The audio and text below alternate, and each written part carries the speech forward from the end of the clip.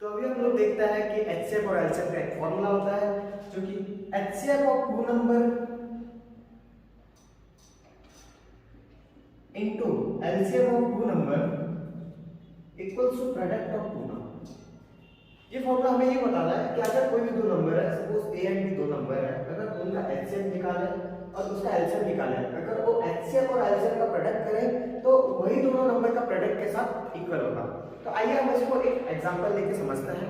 Suppose हम लोग जैसे बात की थी इससे पहले ही 40 और 60 का, अगर हम लोग 40 का प्राइम फैक्टराइजेशन किए थे तो हम लोग का निकला था 2 × 2 × 2 × 5। तो अगर हम लोग 40 का प्राइम फैक्टराइजेशन करें तो 2 × 2 × 2 × 5 एंड 60 का अगर करें तो 2 × 2 × 3 × 5। तो ये हो जाएगा 2 to the power 3 × 5 to the power 1 और ये हो जाएगा 2 to the power 2 × 3 to the power 1 × 5 to the power 1। तो अगर हम लोग इसका एचसीएफ निकालें तो एचसीएफ निकला था इसका 40 एंड 60 का अगर हम लोग एचसीएफ निकालें तो इसका एचसीएफ निकला था 20 और उनका अगर एलसीएम निकालें 40 एंड 60 का तो इनका एलसीएम निकला था 120। तो आइए हम लोग इसमें डाल के देखते हैं क्या ये सेटिस्फाई कर रहा है या नहीं। तो अगर हम लोग डालें तो HCF of 40, 60 into LCM of 40, 60 equals to 40 into 60। तो इनका एचसीएफ है 20 into इनका एलसीएम है 120 equals to 2400। तो हम इसको अगर मल्टीप्लाई करते हैं तो ये भी होता है 2400 equals to 2400, मतलब LHS equal to RHS हो रहा है। तो हम बोल सकते हैं HCF of two number into LCM of two number equals to product of two number. तो हम इसके मदद से ऐसे भी निकाल सकते हैं, अगर हमको कोई भी नंबर का एलसीएम दिया हो तो हम उसके मदद से एचसीएफ भी निकाल सकते हैं, अगर हमको एचसीएफ दिया हो तो उसके मदद से हम लोग एलसीएम भी निकाल सकते हैं। तो अगर हम लोग इसका फॉर्मूला देखें तो LCM equals to LCM of two number equals to product of two number by HCF of two number. अगर हमको एचसीएफ दिया गया है, अगर हमको एलसीएम दिया गया है तो हमको और हमें एचसीएफ निकालना तो HCF of two number equals to product of two number by LCM of two number. तो इसी तरह से हम लोग इसको सॉल्व कर सकते हैं। तो आइए हम लोग कुछ नंबर करते हैं इस चैप्टर का। तो जैसे कि हमको बोला गया find the HCF of 96 and 404 by the prime factorization method and hence find the their LCM. तो पहले हम लोग एचसीएफ निकालेंगे और उसके मदद से जो फॉर्मूला मैं आपको अभी बताया था तो उसी की मदद से हम लोग एलसीएम भी निकालेंगे। जैसे कि हमको 96 और 404, अगर हम लोग 96 का प्राइम फैक्टर निकालेंगे तो 96 का अगर प्राइम फैक्टर निकालें तो कितना हो जाएगा 2, 48, 2, 24, 2, 12, 2, 6, 2, 3, 1, 2, 3, 4, 5, तो 2 to the power 5 into 3 to the power 1 लिख सकते हैं। और 404 का अगर निकालें तो ये हो जाएगा 2, 202, 2, 101 एंड 101 एक प्राइम नंबर है तो हम यहाँ पे रुक जाएंगे। तो ये हो जाएगा 2 to the power 2 into 101 to the power 1। तो अगर हम लोग इन दोनों नंबर का एचसीएफ निकालें, एचसीएफ ऑफ 96 एंड 404, तो मैं आपको बताया था जो नंबर कॉमन है इसमें जो प्राइम नंबर कॉमन है उसका ले स्मॉलेस्ट पावर लेंगे। तो इसमें कॉमन क्या है 2, तो इसका स्मॉलेस्ट पावर क्या है 2, तो ये हो जाएगा 4। तो इनका एचसीएफ निकल गया 4। तो उसी फॉर्मूला की मदद से अगर हम लोग निकालते हैं इसका एलसीएम तो क्या होगा, तो हमको पता है HCF of 96, 404 into LCM of 96, 404 equals to 96 into 404। तो ये हो जाएगा एचसीएफ हमको पता है क्या होता है, हम लोग फॉर्मूला लिखे थे एलसीएम ऑफ 96, 404 क्या हो जाएगा 96 इनटू 404 बाय एचसीएफ ऑफ 96 और 404। तो 96 into 404 बाय इनका एचसीएफ निकला है 4, तो मैं लिख देता हूँ। तो हम इसको सिंपलीफाई कर सकते हैं 4 1s एंड 101, तो 96 into 101 होता है 9696। तो ये उसका आंसर है। तो वैसे ही अगर हमको एलसीएम दिया रहता है तो हम उसी की मदद से हम लोग एचसीएफ भी निकाल पाते हैं। तो आइए और एक नंबर सॉल्व करते हैं। तो आइए हम लोग दूसरा नंबर करते हैं। तो इससे पहले हम लोग किए थे दोनों अलग अलग डिजिट और यहाँ पे 3 डिजिट है, तो 3 डिजिट का कैसे एचसीएफ और एलसीएम फाइंड करेंगे हम लोग देखते हैं। तो अगर हम लोग 6 का प्राइम फैक्टराइजेशन करें तो हम लोग को पता है 2 × 3 होगा। अगर 72 का किया जाए तो अगर 72 का किया जाए तो इसका क्या हो जाएगा 236 218 293 तो इसको अगर हम लोग लिखें पावर के बेस में 2 to the power 3 into 3 to the power 2 और अगर हम लोग 120 का किया जाए तो कितना हो जाएगा 260 230 215 3 5 तो हम लोग इसको लिख सकते हैं 2 to the power 3 into 3 to the power 1 into 5 to the power 1 तो हम लोग अगर इसका एचसीएफ निकालें तो एचसीएफ कैसे निकालेंगे तो वैसे जो मेथड यूज किए थे हम लोग कि जो प्राइम फैक्टर कॉमन है इनमें कौन कौन सा प्राइम फैक्टर कॉमन है 2 है और 3 है तो 2 इंटू 3 उसका लीस्ट पावर इसका लीस्ट पावर क्या है 2 का सबसे लीस्ट पावर है 1 और 3 का लीस्ट पावर है 1 तो ये हो जाएगा 6 अगर एलसीएम का बात करें तो 6 72 एंड 120 का अगर बात करें तो इसमें जो प्राइम फैक्टर इन्वॉल्व है इसमें कौन कौन सा इन्वॉल्व है 2 3 एंड 5 तो इसका हाईएस्ट पावर 2 का हाईएस्ट पावर सबसे यहाँ पे 3 का हाईएस्ट पावर है 2 और 5 का हाईएस्ट पावर है 1 तो ये हो जाएगा 8 इंटू 6 सॉरी 9 इंटू 5 तो ये हो जाएगा 40 इंटू 9 और ये हो जाएगा 360 तो ऐसे ही हम लोग निकाल सकते हैं पर हाँ यहाँ पे वो जो मेथड है हम उसको यहाँ पे अप्लाई नहीं कर सकते वो जो था HCF of A B C into LCM of A B C is not equals to A into B into C ये अगर 3 डिजिट है तो 3 डिजिट के लिए ये चीज काम नहीं करता है तो हम बस 2 डिजिट के लिए दो ही नंबर के लिए कर सकते हैं तो आइए हम लोग और एक क्वेश्चन देखते हैं consider the number 4 to the power n where n is any natural number check whether there is any value of n for which 4 to the power n ends with the digit 0 तो हम पे ये question में बोला गया है कोई भी एक number 4 to the power n एक नंबर है तो n कोई भी नेचुरल नंबर है तो हमको चेक करना है क्या ये जो नंबर है ये 0 से एंड होगा क्या तो एक एग्जांपल लेते हैं सपोज कोई भी एक डिजिट लेते हैं जिसका एंड में 0 होगा अगर 10 लेते हैं अगर 10 का अगर हम लोग प्राइम फैक्टराइजेशन करें तो ये हो जाएगा 2 into 5 और एक नंबर लेते हैं सपोज 100 भी लेते हैं तो उसका अगर प्राइम फैक्टराइजेशन करें तो 2 into 2 into 5 into 5 अगर 20 का करते हैं सपोज 28 तो उसका क्या हो जाएगा 2 into 2 into 5 मतलब हमको क्लियरली यहाँ पता चल रहा है कि कोई भी डिजिट अगर 0 से एंड हो रहा है तो उसका जो फैक्टर है वो 2 और 5 दोनों है पर यहाँ पे अगर मैं 4 का फैक्टर निकालूं 4 टू द पावर n तो अगर हम इसका फैक्टर निकालें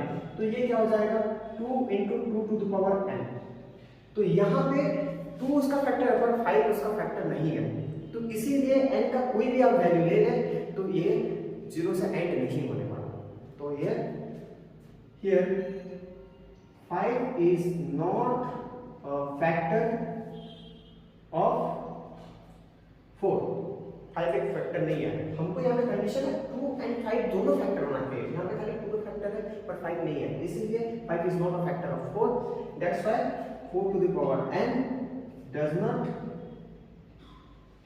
ends with the digit 0 तो आइए हम लोग अभी देखते हैं डेविसिटी की इरेशनल नंबर तो हम लोग इरेशनल नंबर के बारे में पहले की बात कर चुके हैं कि कोई कौन सा नंबर को इरेशनल नंबर बोला जाता है जैसे कि 0.10100400 ये नंबर कैसा नंबर है नॉन रिपीटिंग नॉन टर्मिनेटिंग ना ही ये रुक रहा है ना ही ये रिपीट कर रहा है तो ऐसा नंबर को क्या बोला जाता है इरेशनल नंबर बोला जाता है तो अभी हम लोग इसके ऊपर एक थ्योरम है जिसको हम देखते हैं late p be a prime number if p divides a square then p divides a where a is a positive integer हमको यहाँ पे बोला गया अगर p कोई भी एक प्राइम नंबर है अगर p a स्क्वायर को डिवाइड कर रहा है तो p a को भी डिवाइड करेगा ऐसे देखता है सपोज हम लोग एक प्राइम नंबर लेते हैं 5 और a का वैल्यू लेते हैं कोई पॉजिटिव इंटीजर 25 ठीक है अगर a का स्क्वायर किया जाए तो क्या हो जाएगा 25 का स्क्वायर 625 तो हमको यहाँ पे बोला गया है if 5 divides 625 then 5 divides 25 तो ये थ्योरम प्रूफ कभी नहीं आता इसका ठीक है तो ये थ्योरम की मदद से हम लोग इस एक्सरसाइज का एक बहुत इंपॉर्टेंट क्वेश्चन है जिसको सॉल्व करने वाला है ये एग्जाम में पढ़ा तो आइए हम उसको देखते हैं तो आइए हम लोग देखते हैं एक नंबर, ये एक्सरसाइज का बहुत ही चैप्टर का जो इंपोर्टेंट नंबर है, ये एग्जाम में लेवल आता है। तो आइए देखते हैं, यहाँ पे क्वेश्चन बोला है prove that root 2 is irrational number. हमको तो जानने पता है रूट 2 एक इरेशनल नंबर है, हम लोग इसको कैसे प्रूव करेंगे आइए देखते हैं। इसको हम लोग प्रूव करेंगे कॉन्ट्राडिक्टरी मेथड में, जिसमें कि हम लोग उसका ऑपोजिट एज्यूम करेंगे, मतलब उसका उल्टा। तो हम लोग उसको प्रूव करते हैं। तो हम इसमें एज्यूम करेंगे, let us assume that root 2 is rational. Root 2 एक कौन सा नंबर है, रैशनल नंबर है बोल के हम लोग इसको एज्यूम करेंगे, ठीक है। तो अगर हम लोग रूट 2 का रैशनल नंबर है, तो आपको पता है कोई भी अगर नंबर रैशनल नंबर होता है तो हम उसको क्या कर सकते हैं, कौन से फॉर्म में लिख सकते हैं, पी वाई के फॉर्म में लिख सकते हैं। So we can write root 2 in the form of p by q. तो मैं लिखता हूँ root 2 equals to p by q where P and Q are co-prime integers and Q not equals to 0, Q not equals to 0। तो अभी हम लोग क्या करेंगे, दोनों तरफ स्क्वायर कर देंगे। तो स्क्वायरिंग बोथ साइड, दोनों तरफ अगर स्क्वायर करते हैं तो क्या मिलेगा, वी गेट रूट 2 का square equals to p by q का स्क्वायर। तो ये क्या हो जाएगा, रूट 2 का स्क्वायर होने से क्या हो जाएगा 2, पी का square P square and Q का स्क्वायर क्यू स्क्वायर। इतना तक सबको समझ में आया। तो अभी हम लोग क्या करेंगे, 2 को मैं इधर लाके डिवाइड कर देता हूं और क्यू स्क्वायर को उस तरफ ले आता हूं। तो ये क्या हो जाएगा, q square equals to p square by 2। तो इसके पहले जो हम लोग देखना है कि अगर p एक प्राइम नंबर है, अगर वो एक इंटीजर है, पॉजिटिव इंटीजर, उसका a का स्क्वायर को डिवाइड करता है तो वो a को डिवाइड करेगा। वैसे यहाँ पे 2 एक प्राइम नंबर है, अगर ये p स्क्वायर को डिवाइड कर रहा है तो 2 क्या करेगा, p को डिवाइड करेगा। Here 2 divides p square, then 2 divides p, ठीक है। तो अभी हम लोग इसको क्या एज्यूम कर सकते हैं, तो हम लोग क्या करते हैं, late p equals to 2a। मैं एज्यूम किया p equals to 2a, p का वैल्यू मैं लिया 2a किया कंसीडर। तो ये क्या हो जाएगा, इसको मैं इक्वेशन 1 दे देता हूं। अब मैं क्या करता हूं, putting the value of p in equation 1। अगर मैं इक्वेशन 1 में उसको पुट करता हूं, p का वैल्यू अगर मैं इक्वेशन 1 में पुट करता हूं तो ये क्या हो जाएगा, q square equals to 2a का स्क्वायर बाय 2। तो इसको अगर हम लोग सॉल्व करते हैं तो ये आएगा q स्क्वायर इक्वल्स टू 2 का स्क्वायर 4, a का स्क्वायर a स्क्वायर बाय 2। इसको सिंपलीफाई करते हैं, q square equals to 2a square. इसको मैं ऐसे लिख सकता हूं, यहां पे 2 इनटू हो गया, मल्टीप्लाई हो गया, इस तरफ आएगा तो क्या हो जाएगा, डिवाइड हो जाएगा, q square by 2 equals to a square. तो यहां पे 2 क्या कर रहा है, अभी q स्क्वायर को डिवाइड कर रहा है, किसको डिवाइड कर रहा है, q स्क्वायर को। तो मैं क्या लिख सकता हूं, here 2 divides q square, then 2 divides q, उस थ्योरम के हिसाब से, थ्योरम 1.2 के हिसाब से, ठीक है। तो अभी हम लोग यहाँ पे लिख सकते हैं, देखिए हम लोग यहाँ पे अज्यूम किया है p एंड q आर को prime number, p and q क्या है, को प्राइम नंबर, मतलब इन दोनों का खाली एक ही फैक्टर है जो कि है 1। मतलब यहाँ पे p का फैक्टर 2 भी निकलता है और q का फैक्टर भी 2 निकलता है, मतलब इन दोनों का कॉमन फैक्टर क्या निकल रहा है, 2। तो पर ये सो 2 is the, so here 2 is the common factor of p and q। p and q का कॉमन फैक्टर कौन है, 2 है। तो अभी ये क्या कर रहा है, हम लोग का स्टेटमेंट को गलत प्रूव कर रहा है। मतलब अगर p and q का कॉमन फैक्टर 2 आ गया तो p और q क्या कहलाएगा, को प्राइम और नहीं कहलाएगा, है ना। which contradict our assumption, which contradict our assumption that p and q are co-prime, है ना, which contradict our assumption that p and q are co-prime। तो इसको बाकी मैं इधर लिख देता हूँ, which contradict our assumption that P and Q are co-prime। तो ये गलत assumption क्यों आया? बिकॉज हम लोग रूट टू को क्या एज्यूम किए थे? रैशनल एज्यूम किए थे। क्या एज्यूम किए थे? रैशनल।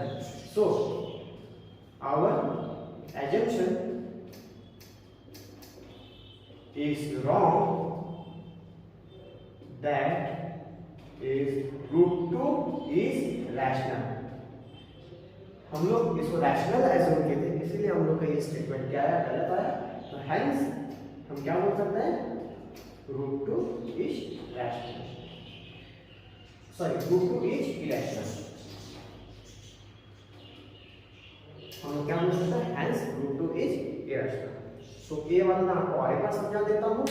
हम लोग यहाँ पे हमको बोला गया रूट 2 को इरेशनल प्रूव करने के लिए, जहाँ पे हम लोग इसको एज्यूम किए रूट 2 एक रैशनल नंबर है जो कि कॉन्ट्राडिक्टरी मेथड है। अगर कोई भी नंबर रैशनल है तो हम उसको p बाय q फॉर्म में लिख सकते हैं, where q is not equal to 0। तो हम लोग रूट 2 को क्या लिखेंगे? p बाय q फॉर्म में लिखेंगे, where p and q are coprime number and q is not equal to 0।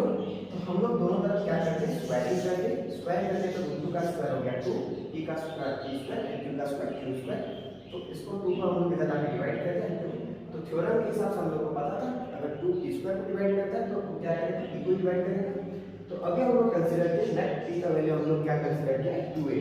तो putting the value of p in equation 1 में पुट करते हैं, तो उसको सॉल्व करने के बाद निकला q square equal to 4a square by 2। 2 को इसको सिंपलीफाई करते तो हो गया q square equal to 2a, और 2 यहाँ पे मल्टीप्लाई हो गया तो इधर आ गया डिवाइड हो गया। तो हियर 2 डिवाइड q स्क्वायर तो 2 डिवाइड q हियर, पर जो कि हम लोग का रॉन्ग था, बिकॉज यहाँ पे हम लोग क्या एज्यूम किए थे? p and q co-prime number है, पर यहाँ पे उसका और एक तो कॉमन फैक्टर निकल रहा है जो कि क्या है? तो is contradict our assumption that p and q are co-prime। Our assumption is wrong that root 2 is rational, hence root 2 is irrational। तो हमारा चैप्टर यही पे खत्म होता है। तो एक्सरसाइज का जितना भी क्वेश्चंस है आप किसी बेसिस में कर सकते हैं, इसी मेथड से। तो मैं आशा करता हूँ कि आपको वीडियो अच्छा लगा होगा। तो आइए मिलते हैं हम लोग अपने नेक्स्ट वीडियो में।